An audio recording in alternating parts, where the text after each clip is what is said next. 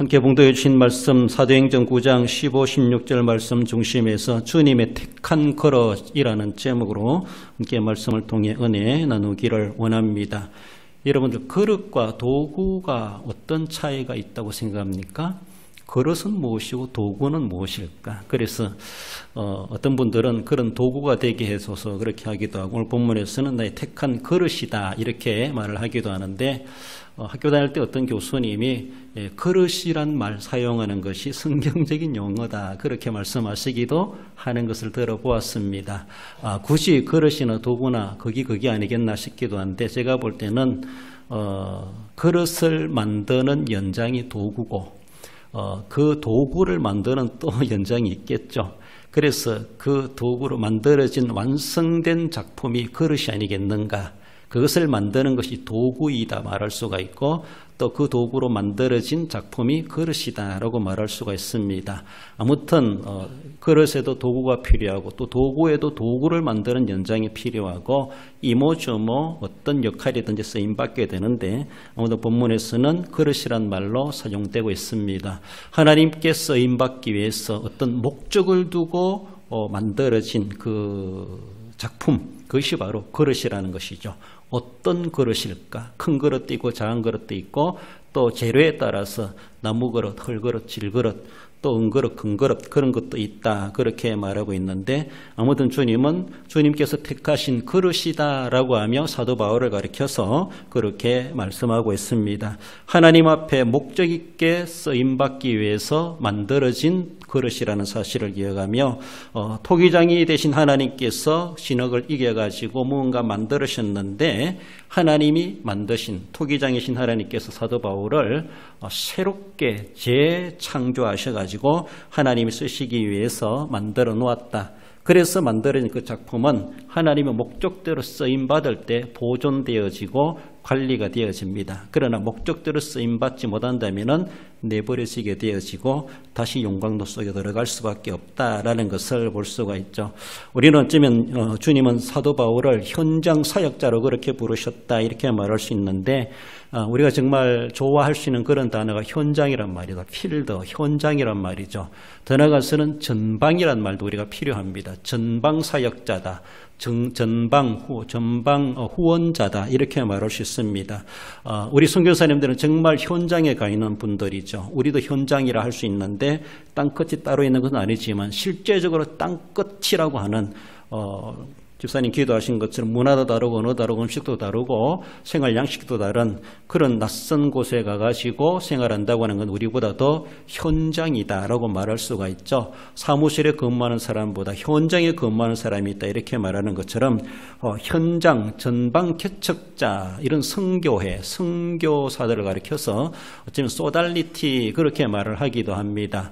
더 나아가서 모달리티란 말을 하는 것은 모달리티는 하나의 후원단체 것은 파송하는 교회 구조로 바라볼 때 그렇게 두 기둥을 이야기하죠. 모달리티가 있고 소달리티가 있다. 그래서 선교적 양대 기둥이 제대로 원활하게 세워져 갈 때 선교가 잘 될 수가 있다. 그렇게 말하면 한쪽만 크고 한쪽은 약해진다라면은 그것도 문제가 일어날 수가 있습니다. 조화롭고 협력 관계가 잘 이루어져 가야 됩니다. 소달리티, 모달리티와 그래서 전방 개척자로 현장에 가 있는 선교사님들과 또 전방을 후원하고 있는 교회 또 모든 것에 대해서 조달해 줄 수 있는 그런 모달리티 역할을 하는 교회로서 후원교회로서 든든히 세워져 갈 때에 전체적인 현장에 하나님의 복음의 사역이 원활하게 이루어져가는 선교적인 의미를 우리가 생각해 볼 수 있습니다. 우리들도 어쩌면 주님 앞에 이 시대에 또 이 지역을 위해서 더 나아가서는 세계를 향하여 주님이 택하신 그릇 중에 또 한 사람 한 사람이시다라는 것을 기억하며 본문으로 들어와서 함께 사도 바울을 통해 주시는 것을 우리에게 상고해 보기를 원합니다. 먼저는 주님의 이름을 위해서 택하신 그릇이라고 하는 것을 말씀합니다. 15절에 주께서 이르시되 가라 이 사람은 내 이름을 전하기 위하여 택한 나의 그릇이라. 주님의 이름을 위하는데 어떤 위하는 겁니까? 그 이름을 전하기 위하여. 뭔가 위하는, 주님의 이름을 위하는데 그 위하는 것이 내용이 무엇인가? 전하는 위함이다라는 겁니다. 전하기 위하여 택한 나의 그릇이다. 그렇게 말씀하죠. 전도자가 전할 주제. 그럼 사도 바울이 나가서 무엇을 전하라는 겁니까? 그것은 내 이름이다. 본문은 그렇게 말씀합니다. 다르게 보면은 오직 예수, 오직 예수. 사도 바울이 나아가서 전해야 될 그 전함에 대한 주제, 그 주제는 오직 예수, 오직 예수. 그래서도 이거밖에 없다는 겁니다. 예수님의 이름을 빙자해서 자기 이름을 전하면 안 된다는 것이죠. 예수님의 이름을 전한다 하면서 결국 자기를 드러내는 것은 있을 수가 없습니다. 처음부터 끝까지 모든 것에 대해서 오직 예수님, 내 이름을 위하여, 내 이름을 전하기 위해서 하나님이 사도 바울을 꼬꾸라지게 했고 그를 다시 눈뜨게 하셨고 다시 일으켜 세우셔서 건강한 사람으로 만들어 주셔서 그 일을 하게 하신 하나님의 목적이 있다고 하는 것을 말씀하죠. 이름이라고 하는 것은 그 이름을 가진 자의 총체적이고 본질적인 성품이다. 이렇게 이야기하기도 합니다. 다르게 말하면은 그 사람의 자체다. 그 사람의 자체다는 것입니다. 하나님께서 예를 들어 하나님께서 예루살렘에 성전을 지어줬을 때 내 이름을 여기에 두리라 이렇게 말씀하십니다. 하나님의 이름이 거기 하나님은 그 이름을 두시겠다라고 하는 것은 눈에 보입니까? 그 이름이? 그것은 하나님의 자체라시는 겁니다. 하나님 여기에 임재하신다는 겁니다. 하나님 여기에 계시다는 겁니다. 내 이름을 여기에 두리라 이렇게 말씀하시는 것. 바로 예루살렘 성전은 하나님이 계신 성전이다. 하나님이 거하시는 전이다. 하나님 자체이시다. 이렇게까지도 신성시할 수 있는 그것을 말씀합니다. 하나님 이름을 두리라고 말씀하신 것 그렇습니다. 바로 하나님의 이름은 하나님 자체를 가리킵니다. 하나님의 전체적인 것을 총체적 본질적 성품을 이야기합니다. 그러므로 사도 바울이 나가서 예수님의 이름을 전한다. 예수 이렇게 전하는 것이 아니라 예수님에 대한 총체적인 본질. 더 나아가서는 예수님께서 이 땅에 오셔가지고 우리를 위해서 계시하신 것, 몸으로 계시하신 것, 보여주신 것, 들려주신 것, 알게 하신 것, 깨닫게 하신 것, 모든 기적과 이적을 행사하시면서 보여주신 것, 예수님의 모든 복음 활동 사역들, 그래서 복음이라 그러죠. 복음이라 그랬죠. 구속의 역사다 이렇게 말하죠. 예수님의 모든 활동에 대해서 예수님에 대해서 그것을 전하는 겁니다. 예수님 자체를 전하는 겁니다. 예수님이 어떤 분이신가. 부분적으로는 전해서는 안 되죠. 예수님의 전체를 총체적으로 전해야 되죠. 총체적으로.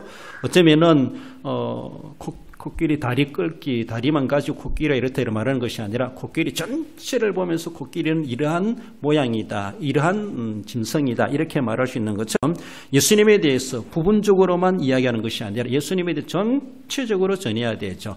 예수님은 십자가에 달려 돌아가셨습니다. 이것만 딱 전하면 죽은 복음이 됩니다.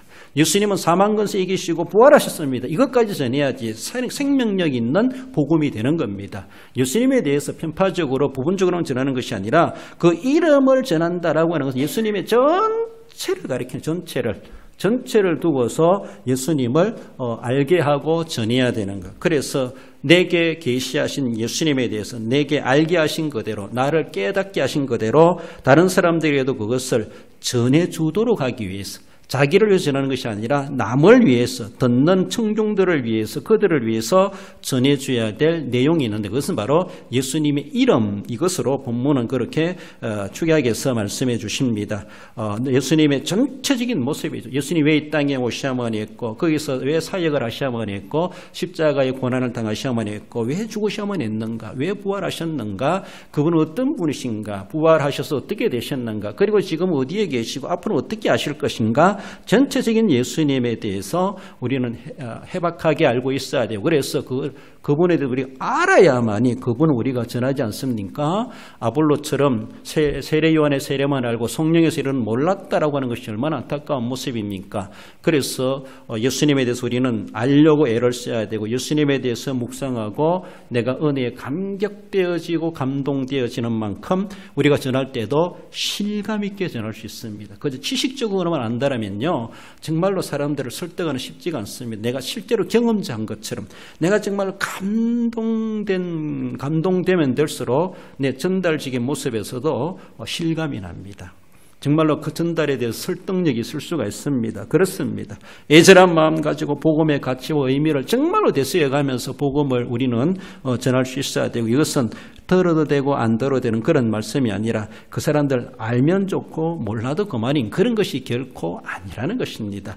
이것은 반드시 알아야 될 것이고 반드시 전해야 될 것이고 반드시 듣고 믿어야 될 복음이라고 하는 것을 말씀합니다. 안 믿어도 되는 것이 아니라는 것입니다. 안 믿으면은 큰일 날 일이라는 겁니다. 정말로 차라리 인간으로 안 태어났으면 나을 뻔했을 정도로 안 믿을 바에야 왜 태어났습니까? 태어났으면은 지옥 가기 위해서 태어났습니까? 지옥 갈 수밖에 없는 우리 운명이지만, 그러나 천국 갈 길을 이미 다 예비해 놓으시고 뉴턴해라, 이 길로 가거라, 구원의 길을 우리에게 제시해 주셨습니다. 그것을 만인들에게 그렇게 전하라고 사도 바울을 택하셨다, 그렇게 말씀하십니다. 오직 예수님 외에는 없다고 하는 것을 말씀하죠. 복음의 핵심은 바로 구속과 구원이라는 것이죠.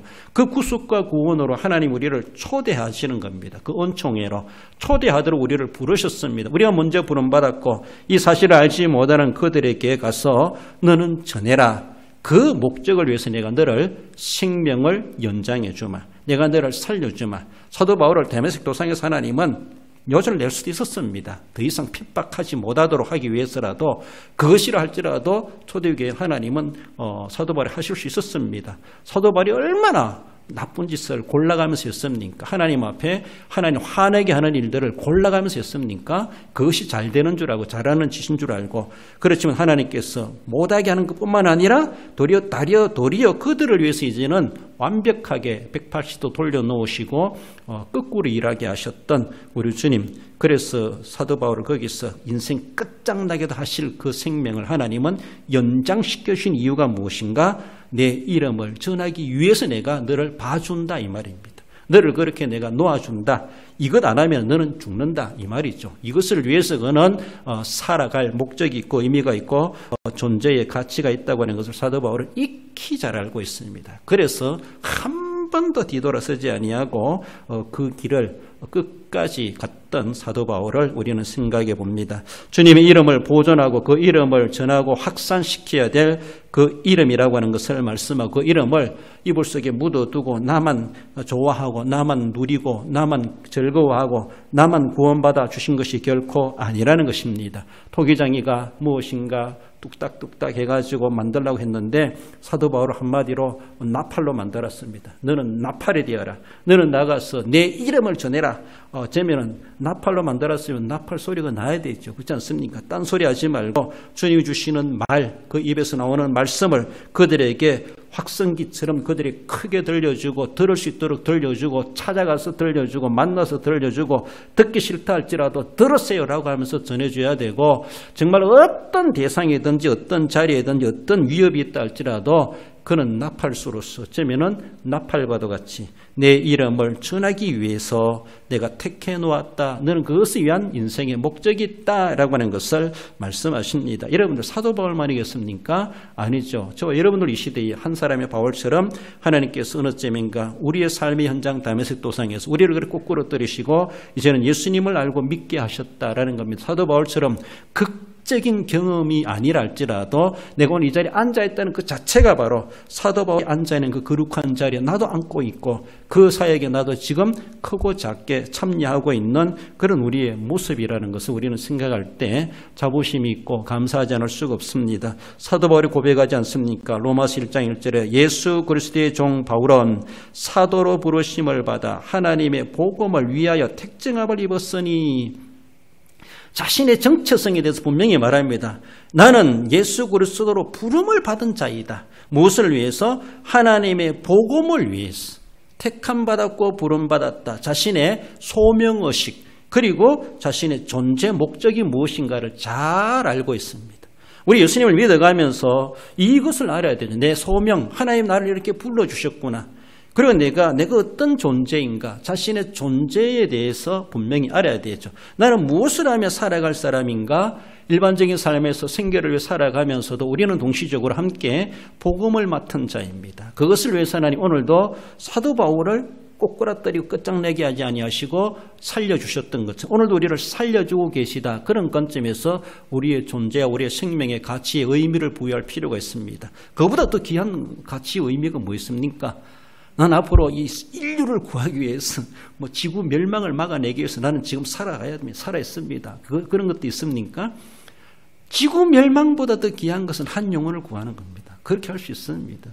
지구는 멸망하는 것 하나님이 뜻이 아니면 안 되는 겁니다. 그러므로 그것도 귀한 일이지만 오늘 그렇게 일할 수 있는 사람이면 지금 내 집 가깝고 멀고 고을고을에 다니면서 한 영혼을 구원하는 그것이 지구 멸망을 구하는 그 이상의 귀한 일이다라는 것을 우리는 생각해 볼 수 있어야 됩니다. 주님의 이름을 전하기 위해서 주님의 이름을 위해서 그가 택함받은 토기장으로부터 그렇게 목적 있게 만들어진 그릇이다라는 것.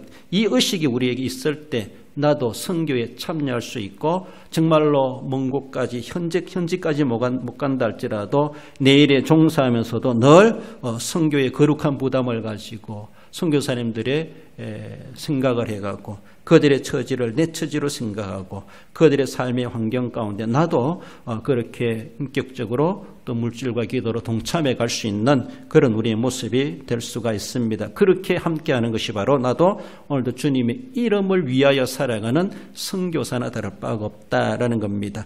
나가서 주님의 택한 그릇은 모든 사람에게 전하도록 주님께서 그렇게 택하여 세운 그릇이다라고 말씀합니다. 본문에서는 이방인과 임금들과 이스라엘 자손들에게 전하기 위함이다라고 말씀하죠. 한마디로 이것은 뭐 열방 모든 민족 땅끝 지역적으로 보면 그렇게 말할 수 있겠지만은 남녀노소 지 고하 내 외국인 언건 각처 다문화 신 불신자를 초월해서 그것을 뛰어넘어서 모든 사람 내가 아는 사람 모르는 사람 남녀노소 상관없습니다. 높은 사람 낮은 사람 상관없습니다. 신분이 어떠 하다 할지라도 상관없습니다.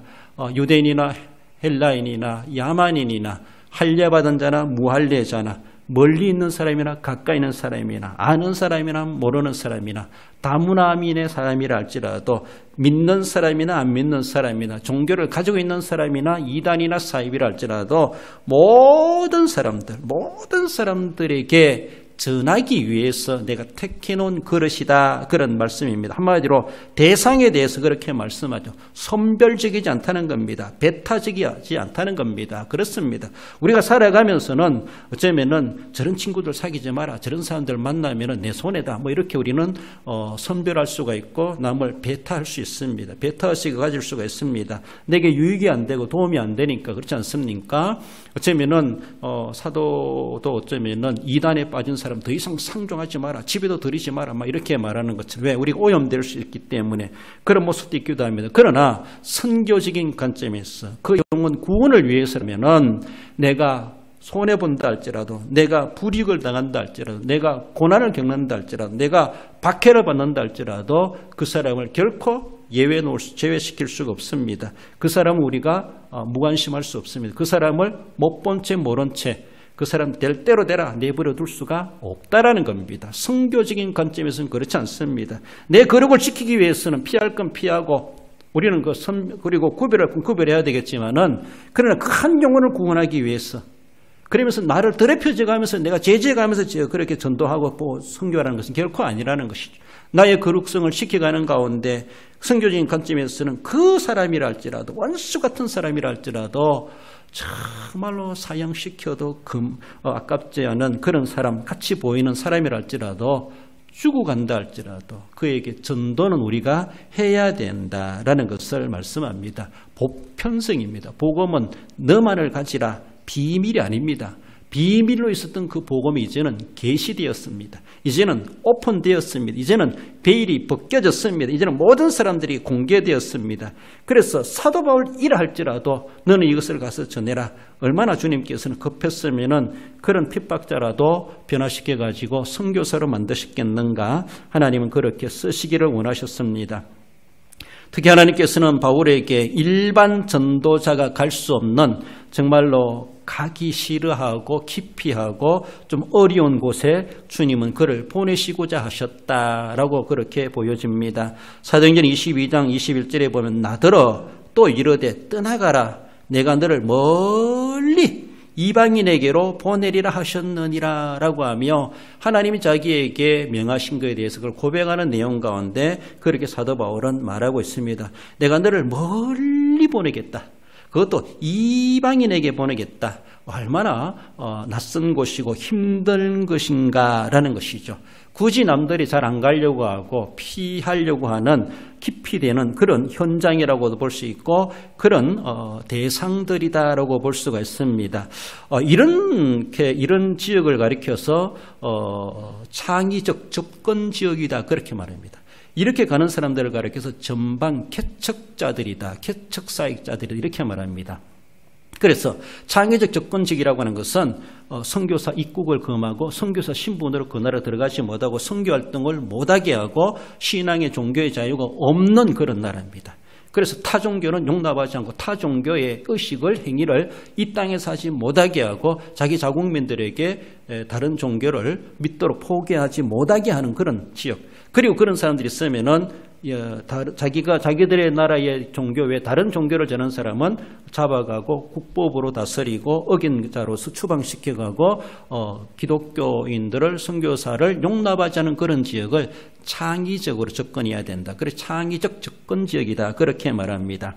말은 좋은데 그 현장이라고 하는 것은 정말로 생명이 왔다 갔다 하는 언제 무슨 일을 당할지 그런 현장 가운데 바로 전방이라고 하는 것을 말하죠. 거기에 있는 전방 개척 선교사에 가는 그런 사람들 막장 사역이라 할지도 하죠. 무슨 일을 만나는지 알지 못하는 바로 사도 바울을 하나님은 거리로 보내시겠다는 겁니다. 거리로 보내시겠다는 겁니다. 언제 어떤 일을 간밤에 어떤 일이 일어날지도 알지 못하는 그곳이 바로 오늘 본문에 너를 멀리 이방인에게로 보내리라. 그 현장에 보냄을 받았다. 그 사명에 대해서 자기가 어디로 가야 될 것인가 자기의 안위를 생각하고 건강을 생각하고 자녀 교육을 생각하고 먹을 것 생각하고 그러면 못 갑니다.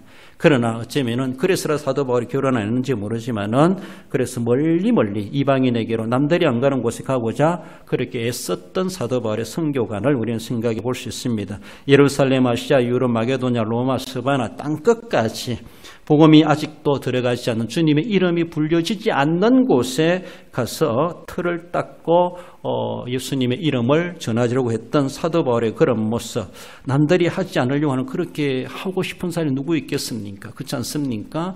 뭐 이 외국에 가지 않는다 할지라도 우리 국내에서도 아니 우리 교회 일을 한다 할지라도 교회를 한다 할지라도 하고 싶지 않은 일이 있습니다.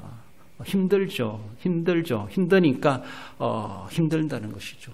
어쩌면 뭐 조가 짜여지든지 뭐가 팀이 구성되든지 해도 못마땅한 그런 사람들이 있을 수 있습니다. 함께 협조하기가 함께 일하기가 쉽지 않으니까 그만큼 손발이 안 맞을 수가 있고 시간이 안 맞을 수 있고 환경과 삶의 환경이 안 맞다 보니까 기피할 수가 있습니다. 불만을 가질 수가 있습니다. 어쩌면은 사도 바울이 불만을 가지려면 해필이면 납니까? 나 이렇게 고생시키라고 그렇게 불렀습니까? 차라리 나를 데려가십시오. 하나님 앞에 때를 쓸 수도 있지 않겠는가? 이렇게 볼 수가 있습니다. 그러하다 할지라도 살아있다고 하는 그 자체가 얼마나 귀한 것인지 내가 아무리 험상궂은 일을 한다 할지라도 기피적인 남들이 피하는 그런 일들을 내게 맡겨줬다 할지라도 내가 살아있으니까 할만하니까 시키겠지. 이런 마음 가지고 정말로 즐거움으로 받아들이면은 얼마나 좋겠는가. 뒤에도 말씀드리지만 사도 바울은 고난을 즐기는 것 같아요. 고난을 받아들이는 것 같아요. 고난을 우리가 일부러 자칭할 필요 없습니다. 할 필요 없는데 사도 바울은 고난을 상당히 즐기는 것 같아. 그래서라도 하나님께서 너 즐거워하니까 고난 좀 많이 받아봐라. 그렇게 고난의 삶을 주셨는지 모르지만은 이왕 우리가 받을 거면 즐기라 이렇게 말하죠. 그러니까 그에 대해서 하나님이 내게 주시는 것이라면은 가릴 건 뭐 있습니까? 즐거움으로 하면은 우리는 결단코 그것이 내게 즐거움이 될 수가 있고 아무리 좋고 거룩한 일이라도 불평하시고 한다라면은 하나님도 영광 안 받으시고 나도 해놓고도 몸고생만 할 수밖에 있는 그런 모습이 될 수밖에 없다는 것을 우리는 생각할 수 있습니다. 무슨 일을 맡기신다 할지라도 어떻게 된다 할지라도 나는 주님 앞에 즐거움으로 감당하리라. 주님은 사도 바울에게 너는 멀리 가라, 이방인에게로 가라, 여러 가지 모습으로 골라서 안 좋은 곳으로만 보내시는 주님의 의도가 아닌가, 일부러 보내시는 것처럼, 약 올리는 것처럼 그런 모습으로 사도 바울을 그런 현장으로 보내십니다. 왜 그렇습니까? 그 멀리에 있는 그들도, 그 남모르는 이방인도 구원받아야 될 내 아들이다, 내 잃어버린 아들이다, 내가 찾아야 될 어린 양이다. 주님은 그러하십니다. 주님의 시선은 거기 가 있습니다. 그렇습니다. 가까운데 예루살렘만 있는 것이 아니라는 것이죠.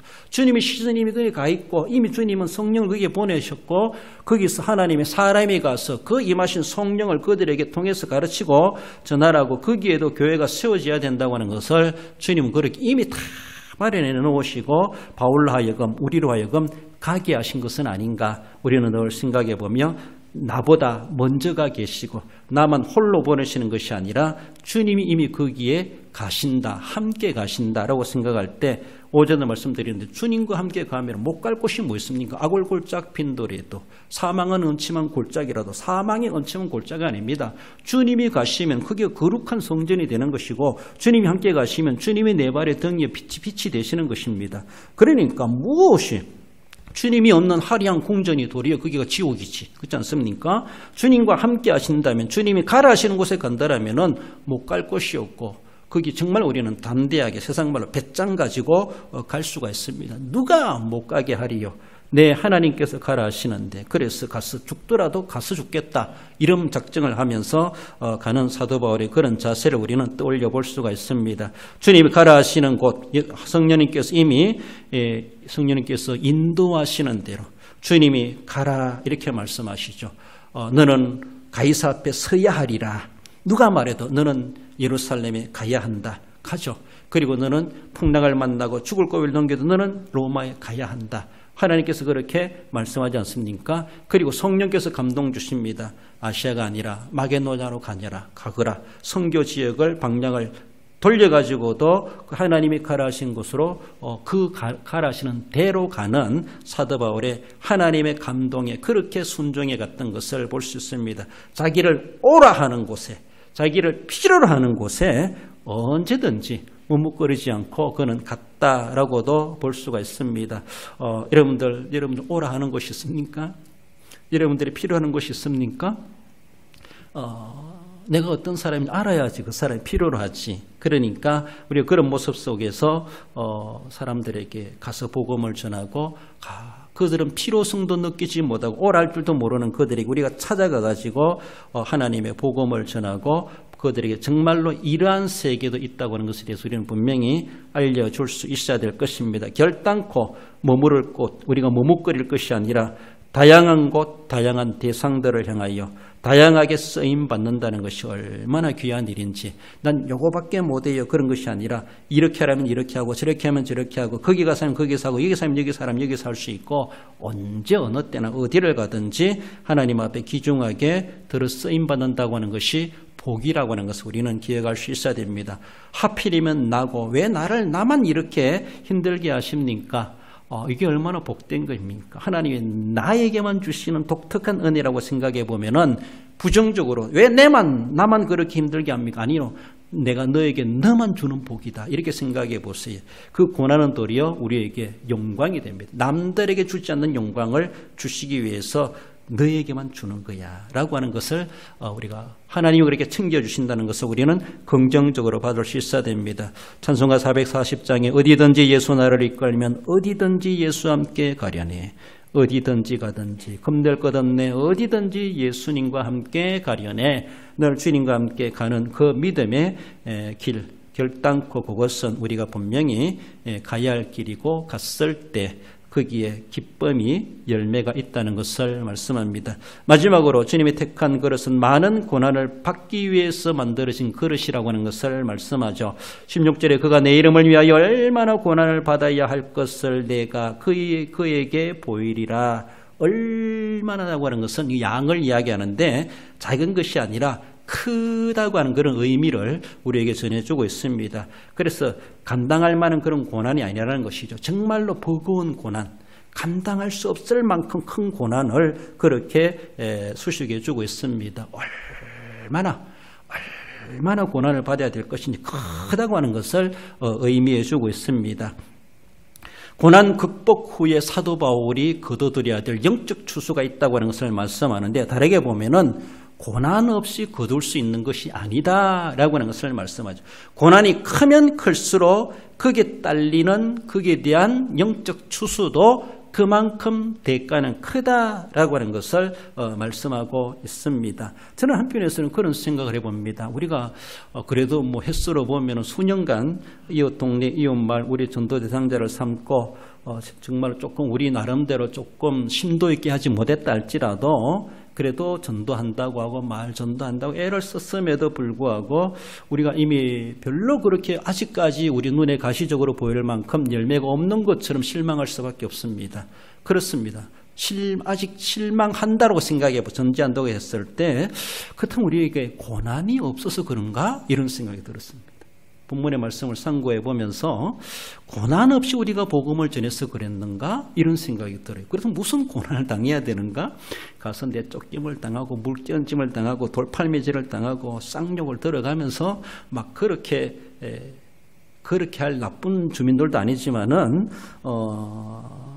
그런 일이 있었더라면은 도리어 성령의 역사가 우리에게 더 크게 나타나지 않겠는가? 세상 말로 우리가 더 오기가 발동되어서라도 복음을 전하려고 하지 않겠는가? 그런 생각이 듭니다. 우리가 겁먹고 뒷걸음치고 포기하는 것보다도 정말 생짜배기 같은 정말 더 강팍한 사람일수록 우리는 더 강하게 나갈 필요가 있지 않겠는가 그런 생각이 듭니다.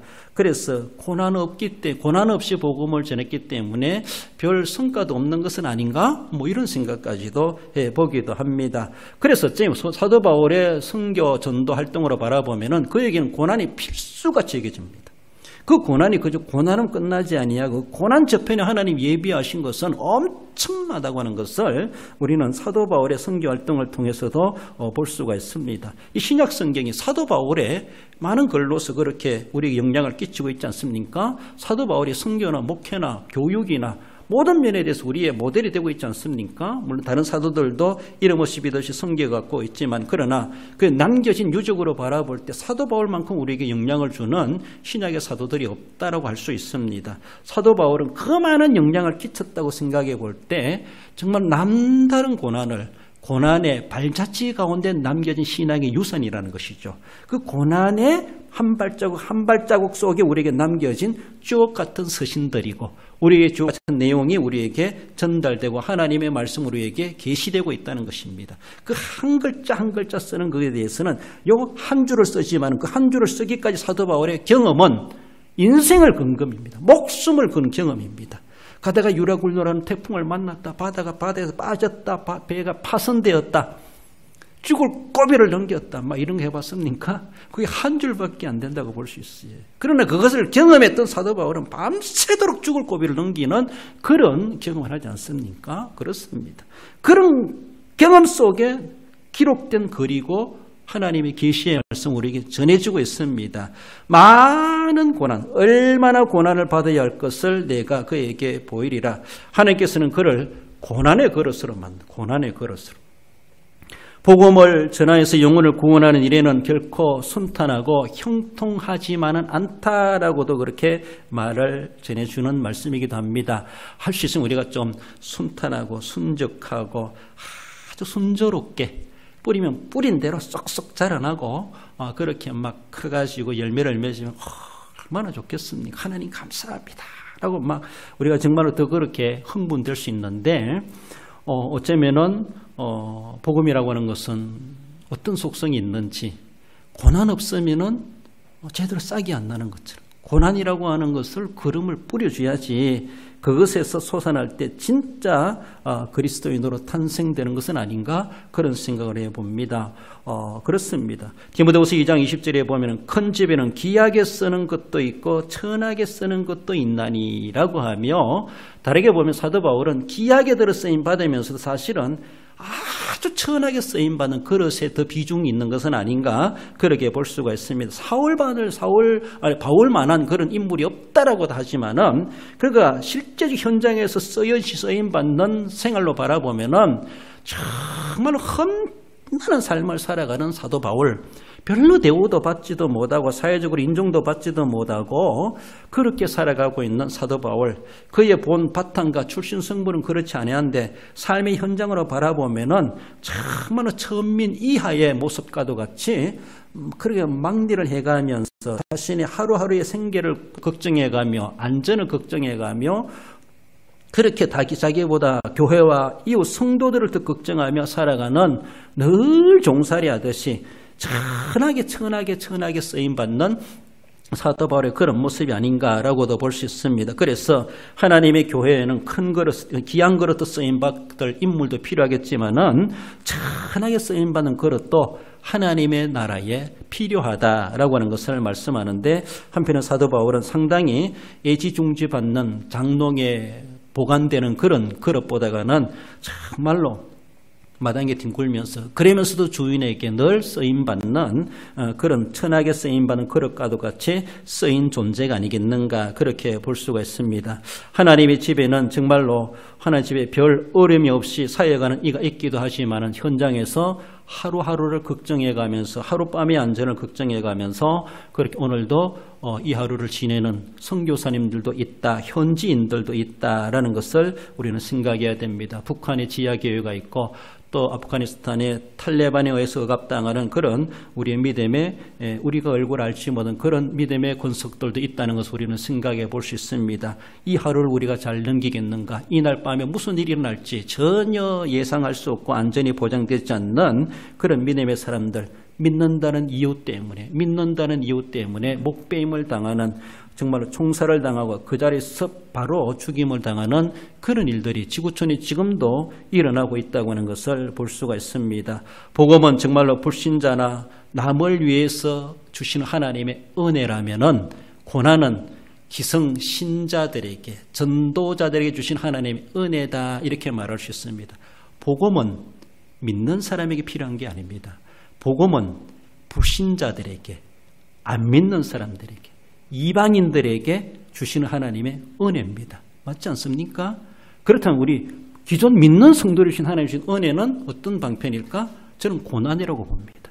불신자에게는 복음이 필요하다면 믿는 자에게는 고난이 하나님의 은혜의 통로가 된다는 것이죠. 그렇습니다. 복음이 불신자들의 구원의 통로가 된다면 믿는 자들이 성화되고 믿음이 성장하고 하늘의 상급을 받을 수 있는 통로는 고난이란 말로 말해볼 수 있습니다. 그렇습니다. 수고란 말로도 할 수 있고 사명이란 말로도 할 수 있고, 그 전체적인 모습에서 고난 없는 사명, 고난 없는 수고 있을 수가 없죠. 고난이 크면 클수록, 고난이 크다고 하는 것은 장차에게 나타날 하나님의 영광도 그만큼 크다라는 것을 우리는 생각해 볼 수가 있습니다. 그렇습니다. 로마서 8장 18절에 생각하건대 현재의 고난은 장차 우리에게 나타날 영광과 비교할 수 없느니라. 할렐루야. 그렇습니다.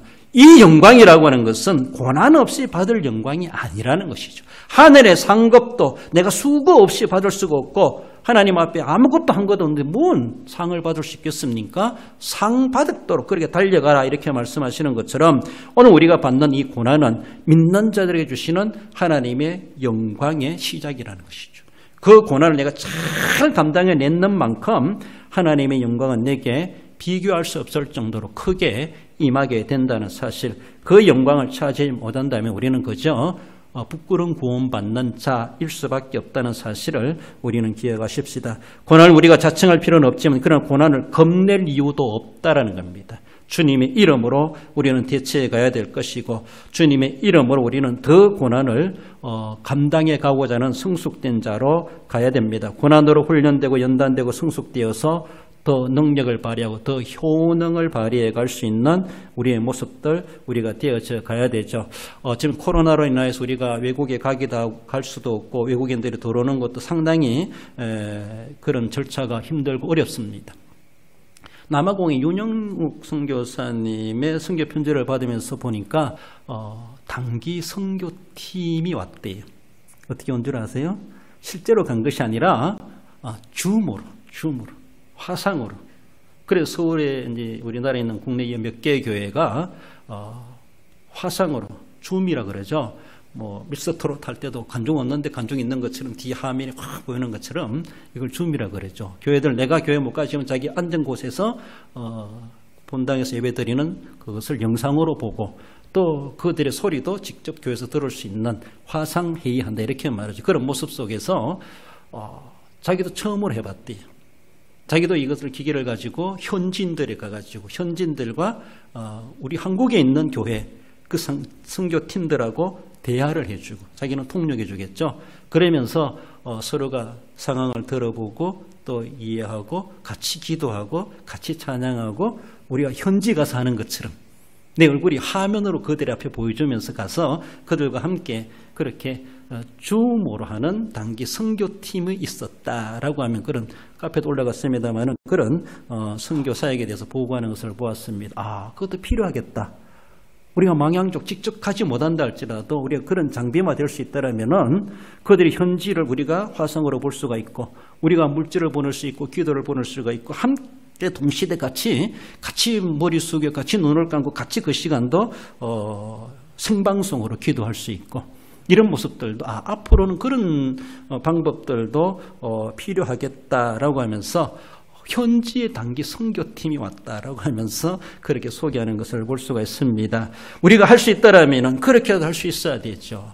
우리의 물질을 거기 가서 쓸 비용을 현지로 보내면서 우리가 여기서 그런 장비를 구비해가지고 현지인들과 실제적으로 화상 채팅을 할 수 있고 함께 기도할 수 있고 함께 공감등을 가지고 함께 얼굴을 화상으로 보고 나누고 또 대화를 하고 기도를 하고 그런 모습들도 참 필요하겠다. 여러 가지 모습으로 현 시대에 맞게 현 시대 기자재를 이용해서라도 선교하시는 방법은 다양하게 우리가 생각하면 연구하면은 얼마든지 있을 수 있겠다. 그런 생각을 해봅니다. 그렇습니다. 그것이 어떤 어려움이 있다 할지라도 우리는 그것을 극복해내면서라도 그 일에 참여해야 된다는 것.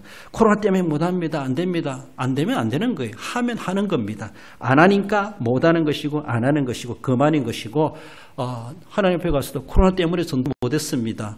그래서 빈손으로 왔습니다.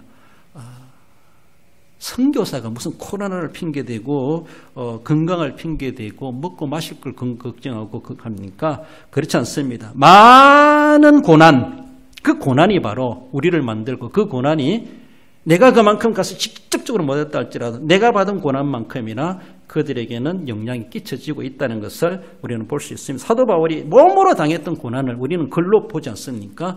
글로 보면서 거기에 대해서 실제적으로 내가 현장에 가 있었던 사람처럼 내가 경험될 수가 있고 또 무장할 수가 있고 내게도 그런 현실에 부닥친다라면 나도 사도 바울도 그랬는데 라고 하며 교훈을 받아가며 도전을 받아가며 이겨낼 수가 있지 않겠는가라는 겁니다. 그래서 사도 바울은 고난을 겁내지 않았다라고 볼 수 있습니다. 주님과 함께 하시고 도리어 고난을 도리어 즐기는 그런 모습이 아닌가라고도 볼 수가 있죠. 읽어봅시다. 골로새서 1장 24절입니다.